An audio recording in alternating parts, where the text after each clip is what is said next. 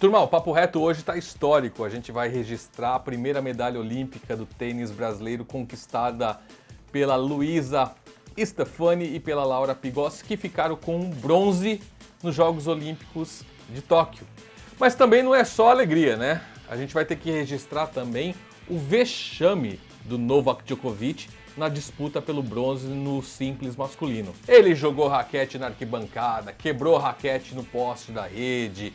Enfim, foi um desastre a participação do sérvio nessa disputa pelo bronze. Então vamos falar sobre isso? Então puxa uma cadeira, fica confortável, porque vocês sabem, aqui o papo é reto.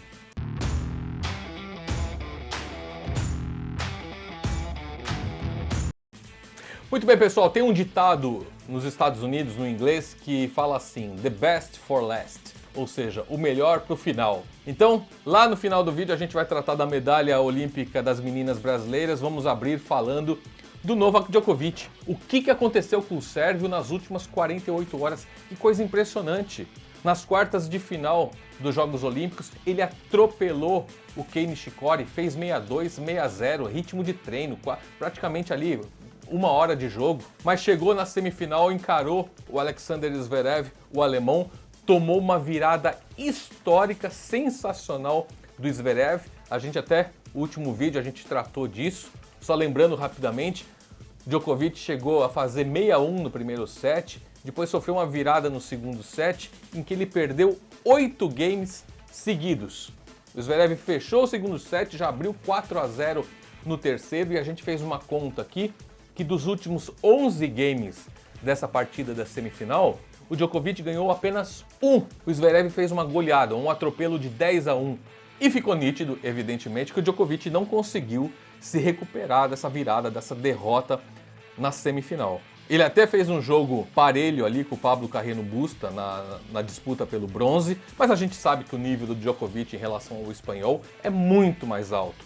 Então, quando a gente fala de um jogo parelho entre eles, é porque, de fato, o Djokovic não está no momento bacana. Não está jogando nem 70% do seu tênis. E o fato dele sentir muito o que aconteceu na semifinal, apesar de todo o preparo, de toda a experiência que ele tem, não ficou evidente apenas no placar do jogo.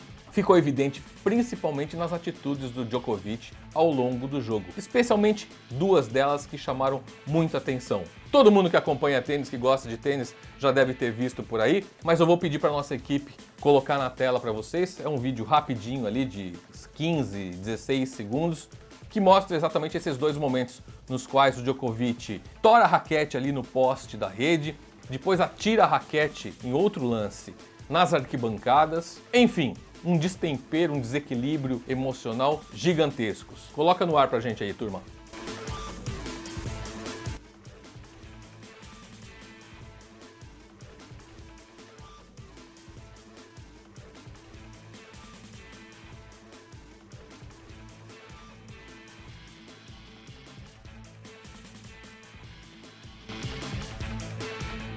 Pois é esse tipo de atitude que faz com que o Djokovic seja criticado, seja mal visto por uma parcela considerável de quem acompanha tênis. Aliás, há poucas semanas eu fiz um vídeo aqui no Papo Reto, intitulado Por que odeio um Djoko?, onde eu trazia exatamente esse questionamento, essa reflexão.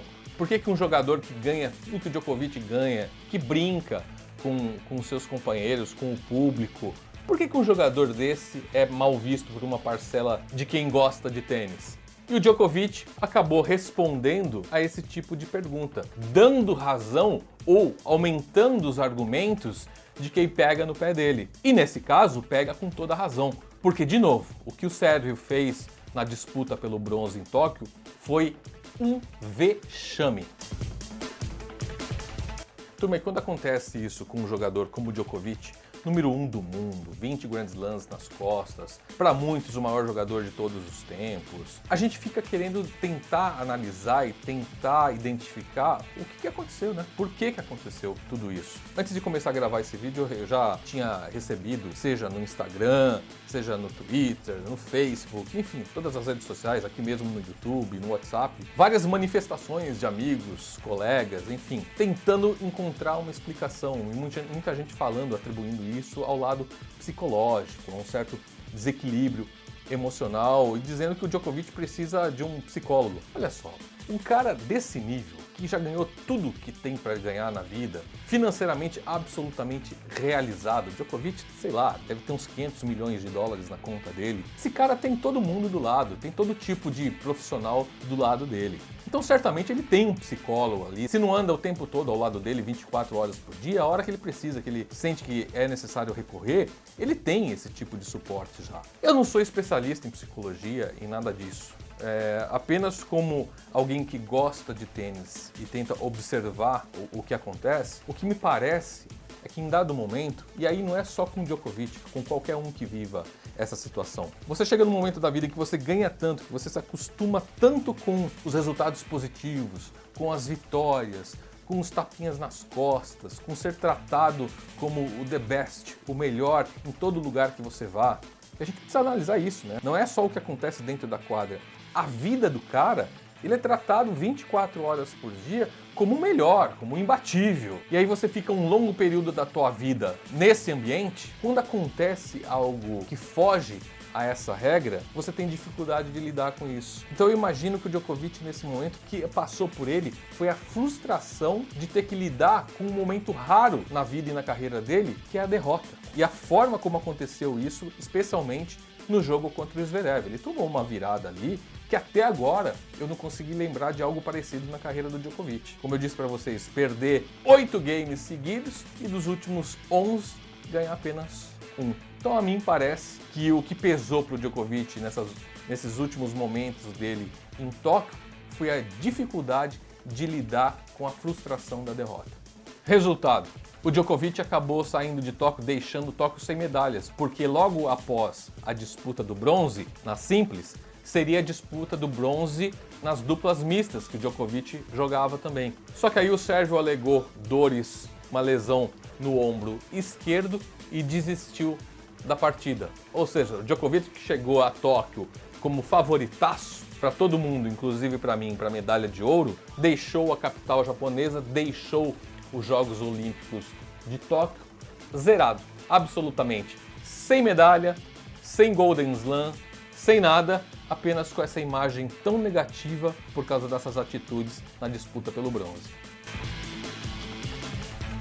Mas turma, vamos falar também agora da parte mais alegre, mais feliz, enfim, histórica. O que Luiz Stefani e Laura Pigossi conseguiram nesses Jogos Olímpicos foi histórico, foi sensacional. Não só já seria mais do que o suficiente, mas não é só pela medalha em si. Foi a primeira medalha do tênis brasileiro em Jogos Olímpicos, mas pela forma como tudo aconteceu, pela história por trás dessa medalha. Só lembrando, a Luísa e a Laura, elas não estavam classificadas para os Jogos Olímpicos. Eu fiz um vídeo aqui, eu vou colocar aqui, pedir para nossa equipe colocar no card para vocês, onde eu explicava a formação da equipe brasileira, quem foram e são os componentes não só da equipe brasileira dos Jogos Olímpicos, como do Paralímpicos também. E no meio ali, eu explico o critério de classificação, como que os tenistas são escolhidos, são definidos para jogar as Olimpíadas.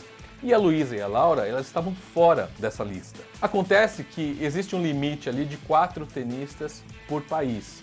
Além do que, existem também as desistências. E por causa desses fatores, a Luísa e a Laura acabaram conseguindo a vaga. Só que quando a gente fala que elas conseguiram a vaga de última hora, não é força de expressão, é literal.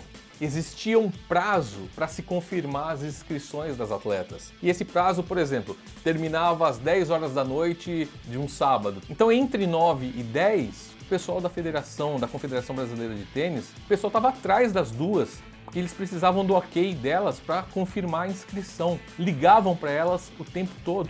A Luísa foi achada com certa facilidade. As duas moram fora do Brasil, a Luísa está estabelecida nos Estados Unidos, foi contactada, mas a história mais curiosa é a da Laura. A Laura estava jogando um torneio no Cazaquistão, se eu não me engano, e ela estava ali se preparando para um jogo decisivo, no aquecimento. Ela não atendia a ligação, evidentemente, mas a insistência foi tanta que ela acabou atendendo, falou que não podia falar naquele momento, que estava se preparando para o jogo, mas explicaram para ela do que se tratava e naquele momento, na última hora para fazer a inscrição para os Jogos Olímpicos, ela confirmou a presença. Então, começa aí toda a história das meninas brasileiras. E aí, a própria participação em si dos jogos. Elas não tiveram muito tempo para treinar. Aliás, não tiveram tempo algum para treinar, porque depois teve todo aquele deslocamento, uma saindo dos Estados Unidos, outra saindo do Cazaquistão, tendo que chegar em Tóquio. Enfim, se encontraram ali sem treino nenhum, fizeram uma grande exibição, salvaram 4 match points logo na segunda rodada,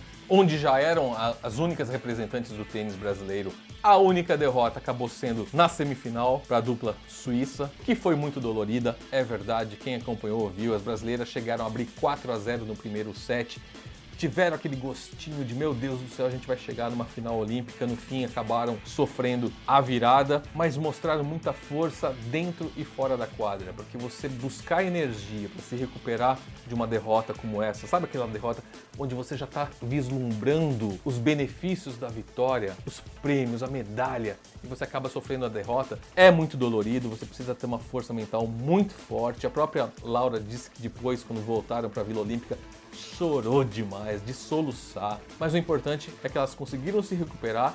Ainda assim, na final, pegaram uma dupla fortíssima, a dupla russa, a Vesnina e a Kudermetova. As russas fizeram 1-0, venceram o primeiro set. A Laura e a Luísa responderam na segunda parcial, perderam a primeira por 6-4, depois fizeram 6-4 também no segundo. E aí, turma, veio o match tie-break, vai até 10. Eu sei que elas ficaram atrás o tempo inteiro. E não é atrás 2 pontos. As russas chegaram a abrir 7-2. Em dado momento, ficou 9-5.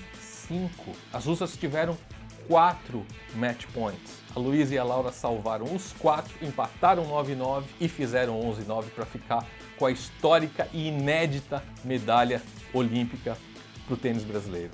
Então, da nossa parte aqui, só sobra dar os parabéns e agradecer demais a essas duas tenistas que colocaram o tênis brasileiro pela primeira vez num pódio olímpico. Claro, e a gente que é apaixonado por tênis, a gente sempre torce para ter essas referências, esses nomes que se destacam, para motivar a garotada. Motiva todos nós.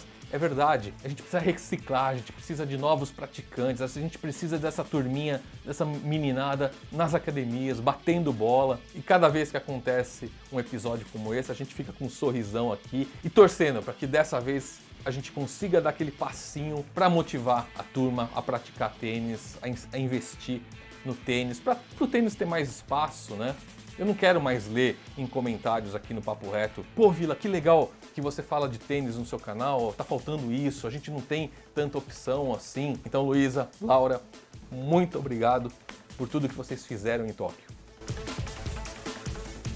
E aí, turma, o que vocês acharam desses 2 episódios? Hoje vocês viram, né? A gente foi do 8 ao 80, né? O 8 com o vexame do Djokovic e o 80 com a medalha inédita, sensacional da Luísa e da Laura lá em Tóquio. Então, deixa aqui na parte de comentários as reflexões que vocês fizeram, o que vocês acharam desses 2 momentos, o que vocês acham que isso vai ter de impacto na carreira da Laura e da Luísa, se isso pode abalar o Djokovic de alguma forma na disputa do US Open em setembro. Eu já adianto para vocês, tem um mês aí de preparação, acho que isso, no meu modo de entender, não vai ter impacto algum para o Djokovic, mas enfim, eu quero saber o que vocês pensam sobre isso. E agora aquele recadinho tradicional, né? Se a gente trouxe alguma informação, alguma análise, alguma reflexão interessante para vocês, ou se a gente apenas divertiu vocês falando de tênis, que é a nossa paixão, então, por favor, considere deixar um like pra gente aqui, se inscrever aqui no canal, isso fortalece demais o nosso trabalho aqui no YouTube. A gente sabe que esse conteúdo de tênis não é tão simples de ser encontrado aqui, o pessoal fala muito de futebol, de outros esportes, mas a gente quer insistir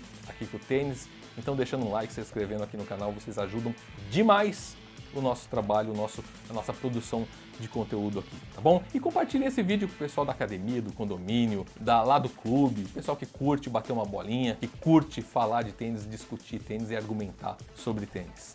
Tá bom, turma? Mais uma vez, muito obrigado pela companhia de vocês, especialmente num vídeo tão bacana como esse, e até o próximo Papo Reto.